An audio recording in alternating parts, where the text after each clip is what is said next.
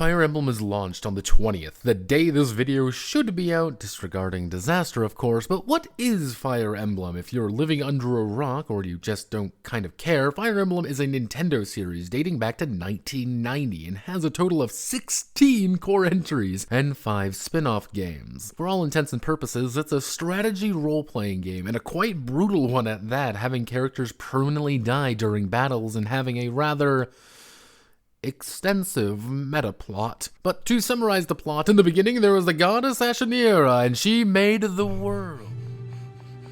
Come on, hurry up!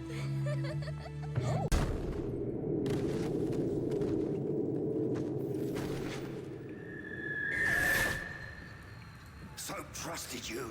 I thought I could too.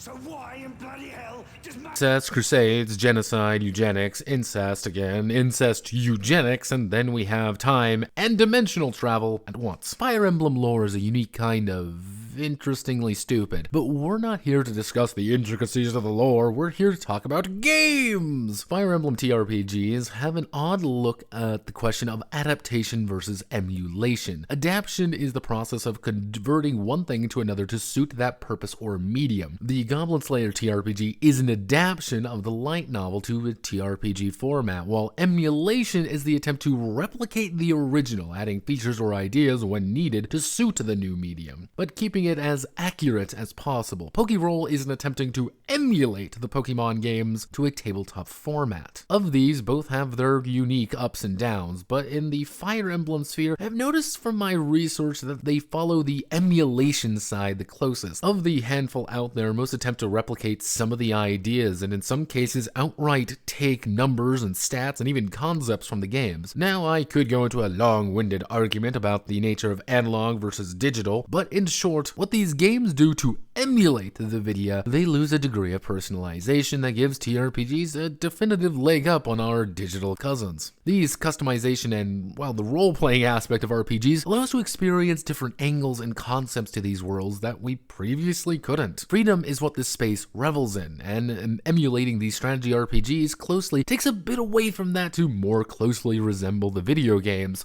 for good and for ill. Fire Emblem, for its worth, I believe can be summarized into 3 main concepts worthy of exploration: the war, the bonds, and finally, the adventure. Thus, I propose 3 games. These are simple ideas. They may or may not be adapted into greater works, but my requirement's as simple for myself as anyone else undertaking this challenge. First is that these have to be within the Fire Emblem universe. As I explained earlier, while extensive, the inclusion of dimensional travel and differing timelines does confuse things quite a bit, but as long as the base concept, races are in place, we're close enough to being canon. Second is that the series staples must be included: strategy, combat, bonds, relationships, classes, and most importantly, permanent death. Most are pretty easy enough to adapt, but no skimping out on any of them either. Finally, and this is important, each one has to have a vaguely menacing name, 1 or 2 words. Title. The more dramatic, the better. Well, here we go.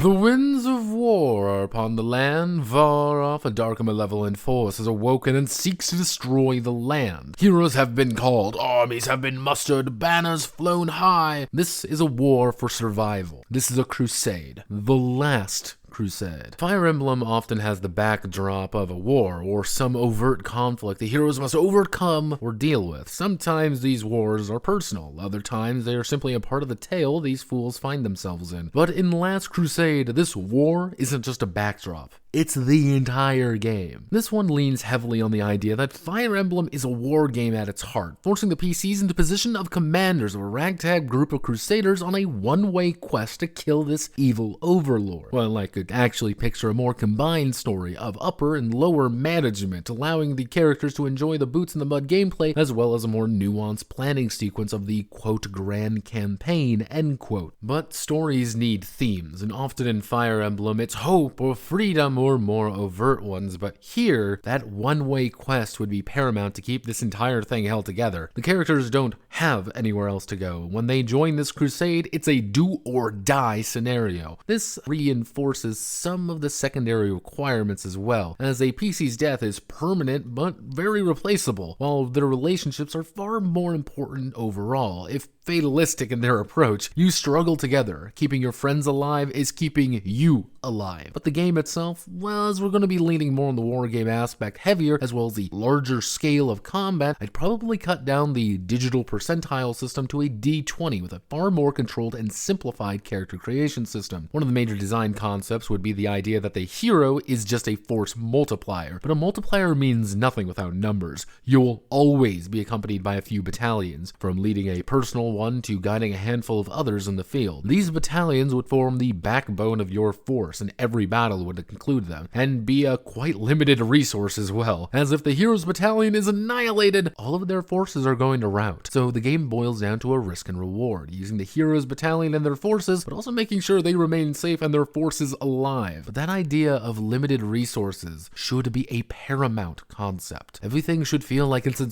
short supply, forcing the Crusaders to debate among themselves what lines they are willing to cross, and what they're ready to sacrifice if it means they must. Play on some of the darker themes of the series, allow there to be hope and beauty in the world, but contrast it with these very bleak realities of this atrocious war. The difficulties emerge from both the micro and macro scale of the conflict before them.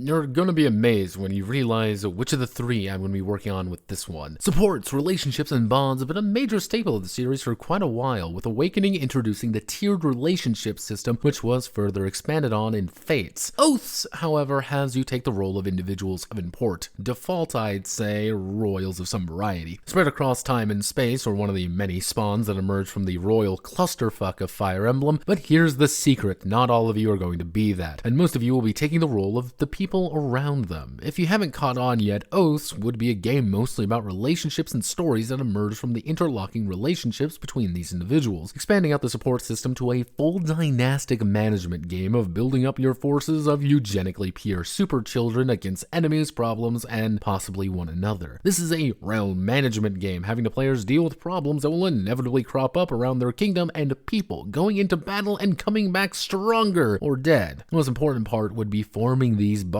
or the titular oaths. These relationships are what's going to inform your strength, supports, and abilities in the field, but also what happens during these scheduled time skips, as the birds and the bees will take place and various fruits of these unions will continue the story forward. But this is where the inherent drama and problems begin to erupt, as the royals who have divine blood running through their veins now have to contest with finding appropriate love. Do they go down the route of true love, even if there isn't there appropriate, or do you go down the obligation of neighbors, or necessity even? Who begin to shack up with who as the web of relationships begins to grow more complicated over time, especially when a kid pops out with pointed ears, and we all have to question where the manichetic has suddenly run off to the hills from. Gameplay-wise, we can rely a lot more heavily on the percentile system, but toning it back down, allowing for more grandiose systems to fall by the wayside in exchange for a simplified combat system, more focused on quick and deadly encounters that are going to happen more frequently. The goal isn't necessarily to foster that war game aspect anymore, but instead reinforce the reason why we're fighting. As losing a character means they're dead, but their legacy is going to be continuing. A consistent theme of characters being risked to build their stats to improve the next generation, or trying to retiring them to give them one last grand boost. The stories naturally evolve from the oaths and the bonds formed rather than strictly bonking an enemy with a devil axe, even if those bonds aren't always noble.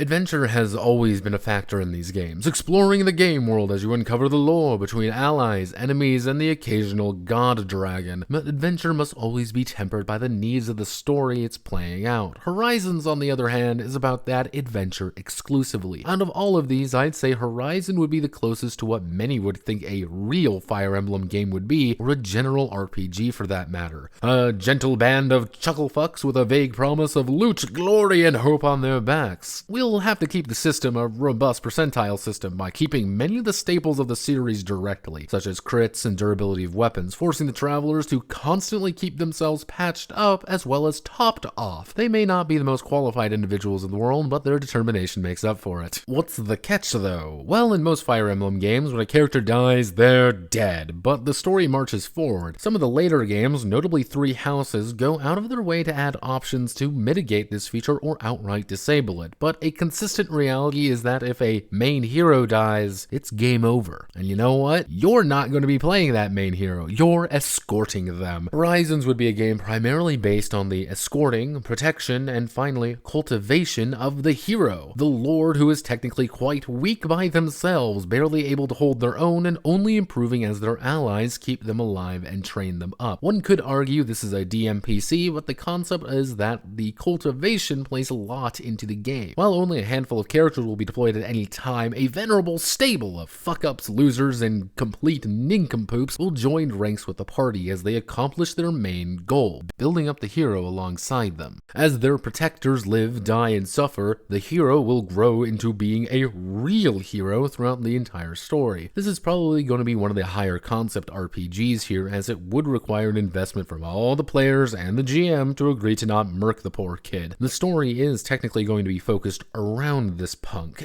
It's the friends and companions they have and lose that define that journey. One that forces the players to accept that there is going to be an ending, and there is also a protagonist, but one they have a very distinct and powerful influence over, even if it's not very positive one.